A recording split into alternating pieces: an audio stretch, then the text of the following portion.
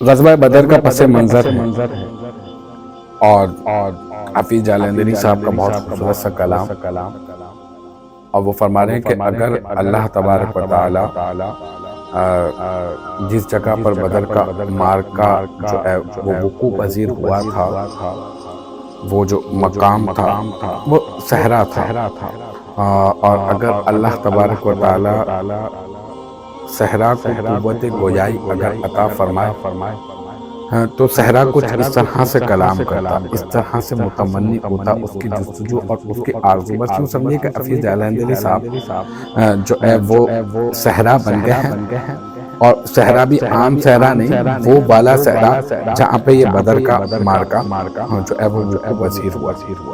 اب آپ اس پس منظر کو اپنے ذہن میں رکھ کر آپ اس نظم کو سماعت کیجئے، بہت خوبصورت نظم ہے، بہت خوبصورت نظم، صحرا کی دعا کے نام سے، صحرا کی دعا کے عنوان سے ہمارے کہ یہ تشنہ لب جماعت جب یہاں پر رک گئی آ کر، یہ تشنہ لب جماعت جب یہاں پر رک گئی آ کر، دعا کی دامن صحرا نے دونوں ہاتھ پھیلا کر، کیا کہنے لگا صحرا؟ کہنے لگا اے صحرا کو آتش ناک چہرہ بخشنے والے، رخ خورشید کو کرنوں کا صحرا بخشنے والے، ازل کے دن سے اب تک ریگ میں بھنتا رہا ہوں میں، صدائے رعد و باران دور سے سنتا رہا ہوں میں، ہوا ہوں جب سے پیدا جان پانی کو ترستی ہے، میرے سینے کے اوپر آگ کی بدلی برستی ہے، میں سمجھا تھا مقدر ہو چکی ہے دھوپ کی سختی، میری قسمت میں لکھی جا چکی ہے سوختہ بختی، بنایا رفتہ رفتہ سخت میں نے بھی مزاج اپنا، لیا ہر آبلا پاسے زبردستی خراج اپنا، کہہ رہا ہے کہ یہ ہوا میرے ساتھ، تو نے اے میرے پروردگار یہ سختی میرے مقدر میں لکھی تھی تو تیرا عطا فرمانا تھا، تو مجھے کوئی شکایت نہیں، مجھے کوئی شکوہ نہیں، لیکن اب معاملہ کچھ اور ہے، یہ مطلب صحرا کہہ رہا ہے کہ بنایا رفتہ رفتہ سخت میں نے بھی مزاج اپنا، لیا ہر آبلا پاسے زبردستی خراج اپنا، خیال دیکھیے کیا خوبصورت ہے، کہہ رہے ہیں کہ خبر کیا تھی الہی ایک دن ایسا بھی آئے گا کہ تیرا ساقی کوثر یہاں تشریف لائے گا، کہ تیرا ساقی کوثر یہاں تشریف لائے گا، اگر یہ بات پہلے سے مجھے معلوم ہو جاتی میرے دل کی کھدورت خود بخود معدوم ہو جاتی، خبر کیا تھی یہاں تیرے نمازی آ کر ٹھہریں گے، شہید آرام فرمائیں گے، غازی آ کر ٹھہریں گے،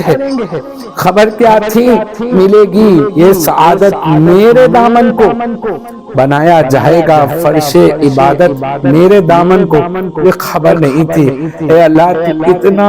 زبردست انعام فرمانے والا ہے، اگر خبر ہوتی تو پھر صحرا کہہ رہا ہے کہ اگر مجھے خبر ہوتی تو میں کیا کرتا، خبر ہوتی تو میں شبنم کے قطرے جمع کر رکھتا، مجھے معلوم ہوتا نا یہ عظیم مہمان اور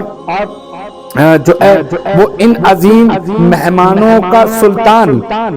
ان عظیم مہمانوں کا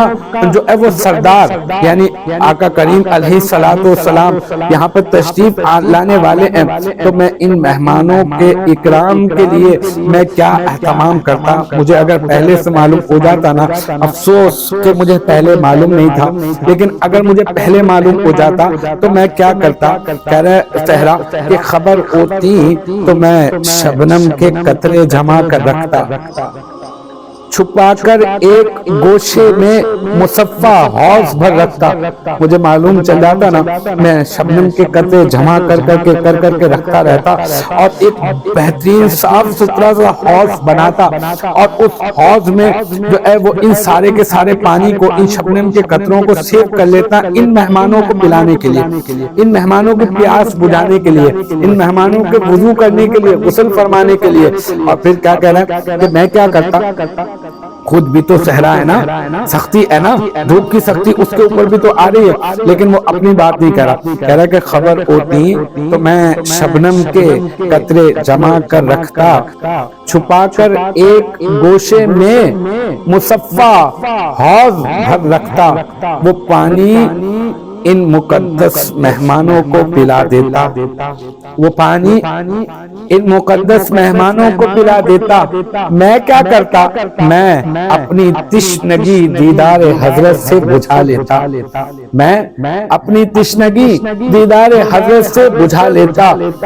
میرے سر پر سے گزرا نوح کے طوفان کا پانی, تأسف ہے مجھ سے ہو گئی اس وقت نادانی. اگر کرتا میں اس پانی کی تھوڑی سی نگاہ داری تو ہو جاتا میری آنکھوں سے چشموں کی طرح جاری. اے میرے پروردگار, یہ 70 اونٹ 2 گھوڑے یہاں سیراب ہو جاتے, مجاہد بھی وضو کرتے, نہاتے, غسل فرماتے. حضور ساقی کوثر اگر میں اہتمام کر لیتا نا تو مجھے آج شرم کا سامنا نہیں کرنا پڑتا, میں وہ پانی ان مقدس مہمانوں کو پیش کر دیتا. تو کہہ رہا ہے کہ یہ 70 اونٹ 2 گھوڑے یہاں سیراب ہو جاتے, مجاہد بھی وضو کرتے, نہاتے, غسل فرماتے. حضور ساقی کوثر میری کچھ لاج رہ جاتی, حضور ساقی کوثر میری کچھ لاج رہ جاتی. میری عزت میری شرم عقیدت آج رہ جاتی. تیرے محبوب کے پیارے قدم اس خاک پر آئے. تیرے محبوب کے پہلے محلہ کچھ اور تھا,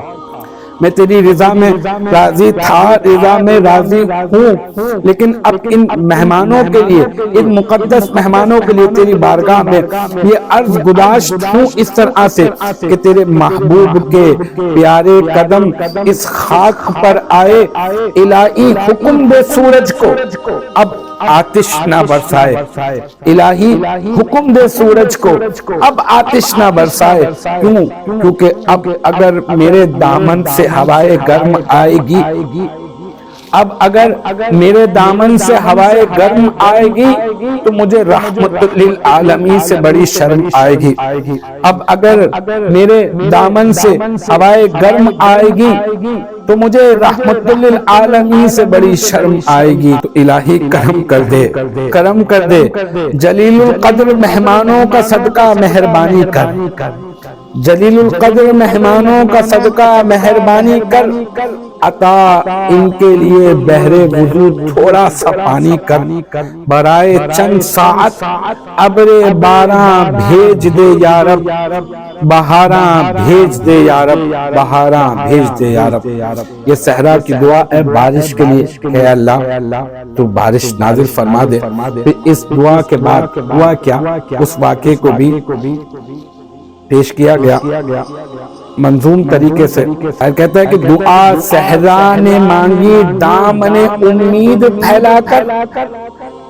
یکا جب ابر باراں آسمان پر چھا گئے آ کر. ایک دم سے آسمان کے اوپر جو ہے اس صحرا کی دعا کے بعد جو ہے وہ بادل چھا گئے. انہی کی منتظر تھی غالباً شان الہی بھی, انہی کی منتظر تھی غالباً شان الہی بھی, کہ پیاسے تھے محمد بھی محمد کے سپاہی بھی صلی اللہ علیہ وآلہ وسلم, صلی اللہ علیہ وآلہ وسلم. کرم کی شان وابستہ اسی شان کرم سے تھی, کرم کی شان وابستہ اسی شان کرم سے تھی، یہ رونق رحمت للعالمین کے دم قدم سے تھی، یہ رونق رحمت للعالمین کے دم قدم سے تھی۔ مدینے کی بلندی سے جو رحمت کی گھٹا آئی، مدینے کی بلندی سے جو رحمت کی گھٹا آئی، تو استقبال کو فردوس کی ٹھنڈی ہوا آئی، استقبال کو فردوس کی ٹھنڈی ہوا آئی، اسی پر آج بادل چھائے تھے، مینا برستا تھا۔ یہ ریگستان ایک بوند پانی کو ترستا تھا، اسی پر آج بادل چھائے تھے، مینا برستا تھا۔ برس کر کھل گیا بادل، زمین پر بھر گیا پانی، برس کر کھل گیا بادل، زمین پر بھر گیا پانی، ہوئی اب چلنے پھرنے بیٹھنے اٹھنے میں آسانی، ہوا ٹھنڈی نزول آپ سے چھاتی بیاباں کی، تو اتری آ کے فرش ریگ پر فوج اہل ایمان کی، تو اتری آ کے فرش ریگ پر فوج اہل ایمان کی۔ کھلے میدان میں سچے نبی کا آستانہ تھا، کھلے میدان میں سچے نبی کا آستانہ تھا، کہ خاکی فرش تھا اور لاجوردی شامیانہ تھا، لاجوردی شامیانہ تھا۔ کمال کمال